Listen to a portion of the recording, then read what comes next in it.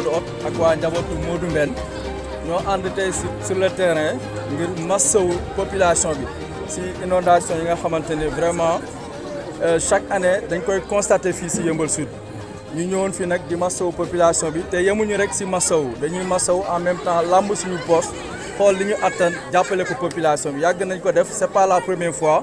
et ce n'est pas non plus que parce que dañoo nekk si campagne ñu koy def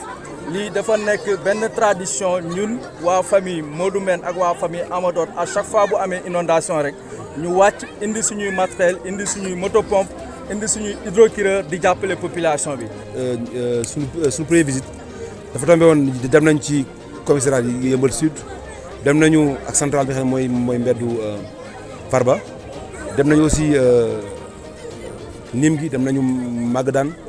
dem nañu aussi ñëw nañu aussi Bara Ndiaye aussi ñëw nañu aussi actuellement ñu ngi fii présentement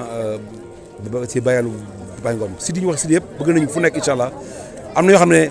déjà am na moto pompe yoo xam ne ñu ngi foofu ba pare yi des dañuy fexe incha allah d'ici incha allah avant minuit bëgg nañu incha allah fépp foo xam ne comme Sidy ñu tudd yëpp bëgg nañu incha allah fekk dafa ay points ay machines yoo xam ne ay moto pompe yoo xam ne dinañ mën def solution boo xam ne jàpp nañu bu mun jeexee ndox mi dina wàññeeku. loolu dañ ko war a def parce que ñun dañoo bokk si waa Yeumbeul Sud bokk si njabootu waa Yeumbeul Sud boo tax na lépp lu laal Yeumbeul Sud rek daf ñuy laal dama si yokk nag benn mbir yàlla dafa def dañoo am benn maire bi fi ne maire bi nag opposant la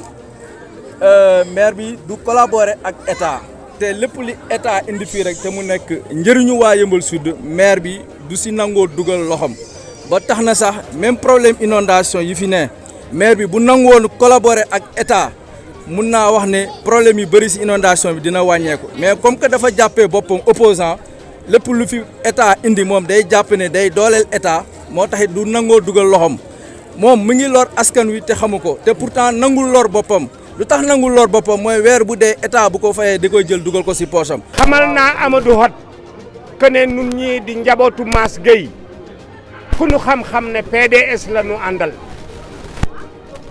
transhumé wunu nun dara du nu déranger dara mënul tax nu jóge ci PDS waaye taxawaay bi nga taxaw ci digg Yeumbeul yaatal gi ngay yaatal ci digg dëkk bi nun ñuy doomi dëkk bi soo nu tàllalee loxo bëgg na dëkk bi nga bëgg a defar nun dañu ciy sawar Hott macha allah noo ngi ci sa ginnaaw bul tiit buy xalaat.